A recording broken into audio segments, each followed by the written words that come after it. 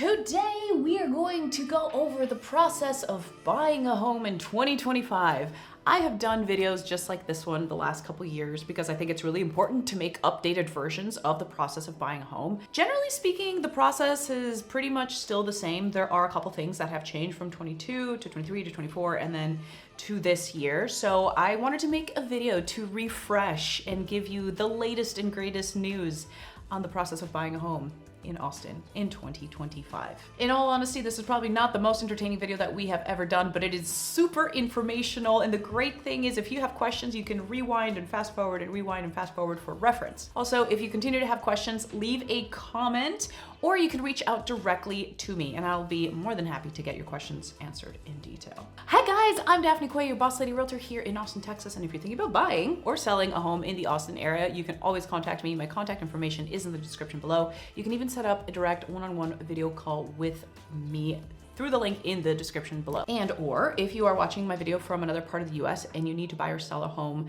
elsewhere, I have realtor partners everywhere that are ready, willing, and able to help. So if you need help buying or selling a home in another part of the US, contact me because I can get you connected with a wonderful realtor in your area. This is probably one of the longer videos that we're gonna do, so I'm just going to jump right into the process of buying a home in 2025. Step one in the process of buying a home is to get pre-approved by a lender or a local bank if you're going to be financing your home purchase. I always tell my home buyer clients that it's really important to work with either a local lender or an independent bank, like a credit union or maybe a local bank. I'm personally not a big fan of the big banks. If you have questions as to why, leave a comment and I'll tell you in the comments section. But getting pre-approved, of course, is going to give you an idea of what your budget is and what price range you need to be shopping in.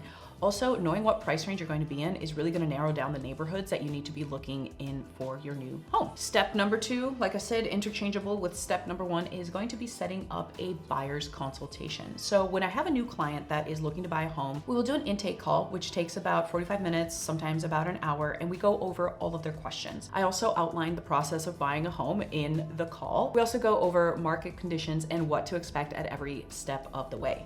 One of the things that I think is really important during these consultation calls is really getting to know my home buyer clients to see what their lifestyle is like, what their plans are for this particular home long-term, and what they truly want out of this home. Maybe they're a family and this is a home that they're gonna live in until their kiddos graduate high school, or maybe this is their first home and they're going to live in it for 2-3 years and then want to keep the property as a rental.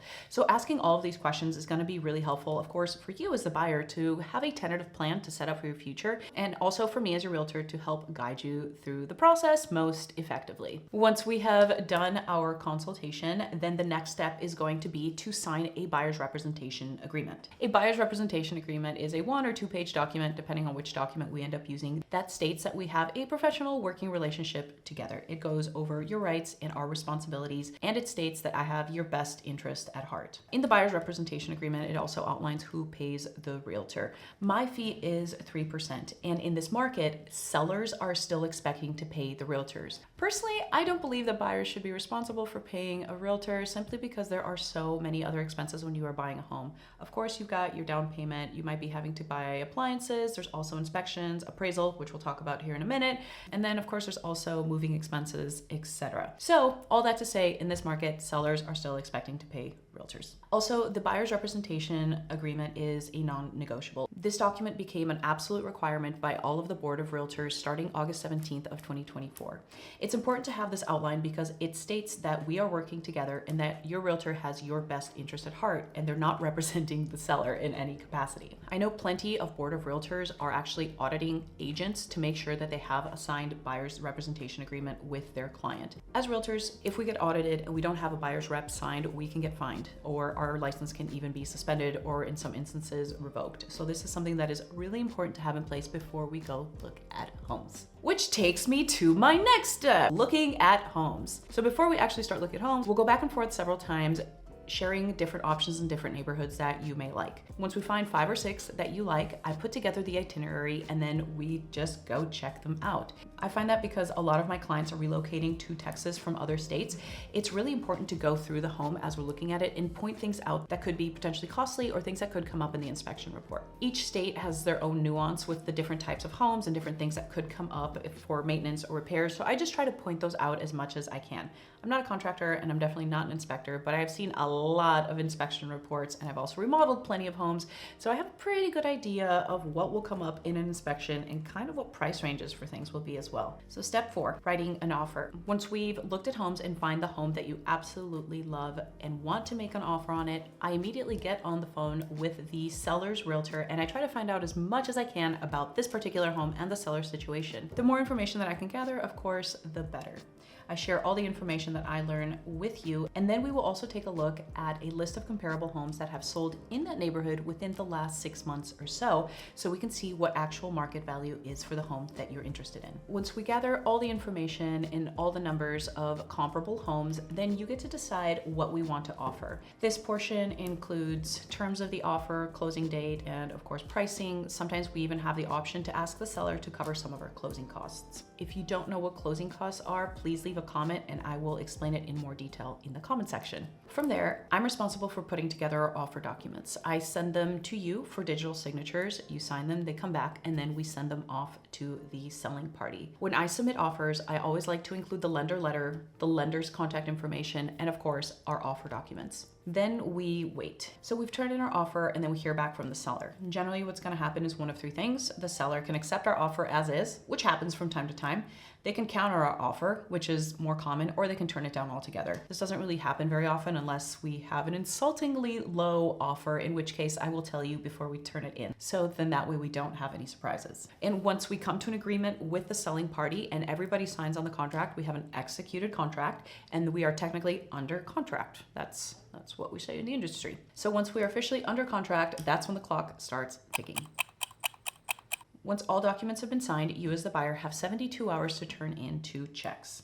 The first check is called earnest money. Earnest money is 1% of the sales price, and that goes to the title company. The title company will hold on to that money, and if everything goes as planned, you get that money credited back to you at closing. The second check that we have to turn in is called option money. Option money is usually around $500, and that goes to the seller. And with that money, we are buying something called an option period, which is usually 7 calendar days. That option period is when we do our inspection and any other negotiations if necessary. During the option period, you can choose to walk away from the contract for any reason whatsoever. It could be that there is a big deficiency that came up on the inspection report and the seller doesn't want to address it, or it could just be that you had a change of heart and don't want to move forward anymore. If you walk away from the contract during your option period, during those 7 calendar days, you get your earnest money back, your 1%, but the seller gets to keep the $500. Now, let's say we move through the option period and again, close as planned, you get both your earnest money and your option money credited back to you at closing. On the topic of inspections in the option period, I just want to make a quick note. I have some wonderful inspectors that I work with here in Austin, and most of them are ready to go basically next day. So let's say today we sign your contract, tomorrow is the first day of your option period, we can have somebody out there right away to do a full inspection. Inspections can vary in length. If it's a smaller home, it can be about 2 hours. If it's a larger home, it can be 4, maybe 5 hours. And of course, the inspector's job is to take a look at absolutely everything, and they will make the house look like it is falling apart. A lot of times, these inspection reports can be anywhere from 60 to 70 pages, and they usually look a lot more intimidating than they are. Once the inspection is complete, I try to go out and meet with the inspector, or at the very least, have a conference call with him to go over everything that he found. You will also get a very thorough inspection report with plenty of photos and notes from the inspector so we know exactly what came up. From there, we will go back and forth and we will pinpoint exactly which items we want to have addressed.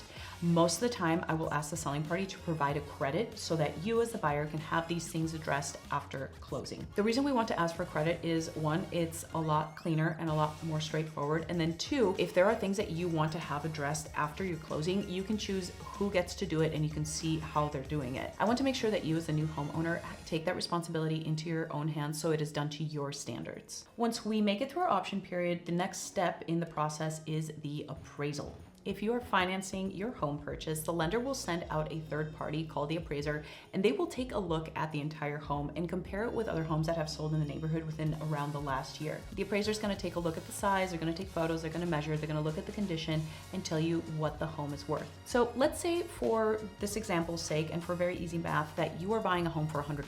The appraiser is going to go out to look at the home to see if it's worth $100 that you are buying it for. One of 3 things, I guess one of 4 things could happen in this scenario. The first thing that happens is the appraiser goes out and takes a look at everything and he says, yeah, the house is worth $100, good to go, and then we'll close on our close date without any issues. And the second thing that could happen is the appraiser goes out to look at the house and he says, no, actually this house is worth less than what you are paying for it. So in this example, we used a $100 house. Let's say he says the house is worth $95. That's a discrepancy of $5. There's a couple things that we could do here. We could try to renegotiate the price with the seller. You could pay the difference, which I don't really recommend in this market, or we could walk away if the seller is not willing to renegotiate. This really doesn't happen very much anymore. It really hasn't happened to me in the last year and a half since we have been in a strong buyer's market. Like I mentioned earlier in the video, we also look at comparable homes that have sold in the neighborhood so we can have a general idea of what the home is probably going to appraise at. Finally, the last thing, or I guess one of the last things that could happen, is the appraiser goes out and looks at the house. We're paying $100 for it. He takes a look at everything and he says, actually, this house is worth more. He could say that instead of the home being worth $100, it's worth $110, which means you're walking into a home with $10 equity, which is fantastic. Nothing changes on the contract. The seller can't come back and raise the price on us. We agreed on $100 and that's what we're closing at. Now, the last bonus thing that could potentially happen, this is a little more rare, but wonderful when it does, is that if your lender has a lot of confidence in you as a borrower and you are buying a stellar property and getting a killer deal on it and you have a large down payment, every now and then the lender will offer an appraisal waiver, which basically means we don't need an appraisal. Not only does this remove some stress off of our plate and some responsibility, but it actually ends up saving you money. An appraisal report can run anywhere from about $500 to $600 depending on the home and location, etc. So once we have made it through our option period and once we have our appraisal back, or maybe we get an appraisal waiver, a couple days before our closing, we will do our final walkthrough. Final walkthrough takes about 20-25 minutes. This is an opportunity to take a look at the home and make sure it's in the same condition or better as we last saw it. We want to make sure that there's no people living there that shouldn't be living there. We want to make sure that there's no new holes in the wall. We want to make sure that everything is intact and as we expected it to be. Also, the walkthrough is a really good opportunity to get some photos at your new house so you can post it on social media. A couple days after our walkthrough is when we will do our closing. I always recommend doing a closing in the morning if you are able to, because then the lender can fund your purchase within a couple hours and you can have keys to your new home probably before lunchtime. Most of the time, if you live in town or if you're in town for your closing, it will occur at the title company. We walk in day of closing. It takes about 45 minutes, sometimes takes about an hour. You sign a big stack of documents. The title company sends the signed documents to the lender sends them back to the title company. Then the lender sends the money to the title company, and then you can get the keys to your house, and then we are officially closed. This is a fairly quick process. It's really not stressful at all. Sometimes I have clients that get really nervous about their closing. It's a very uneventful day and it's actually really exciting once we're done because then you can go move into your new house. But that is essentially how it all works. That is the home buying process in Austin, Texas in 2025. If you guys still have questions about what the process looks like, or maybe you have more granular questions about inspections or option period, or maybe you're still kind of confused about the appraisal, leave a comment. You can also contact me directly. My contact information is in the description below. And if you're thinking about buying or selling a home, you can even schedule a direct video call with me. There is a link in the description below where you can do just that. That is all that I have for you guys today. Thank you so much for watching. I'm Daphne Quay, your Boss Lady Realtor. Till next time. Bye.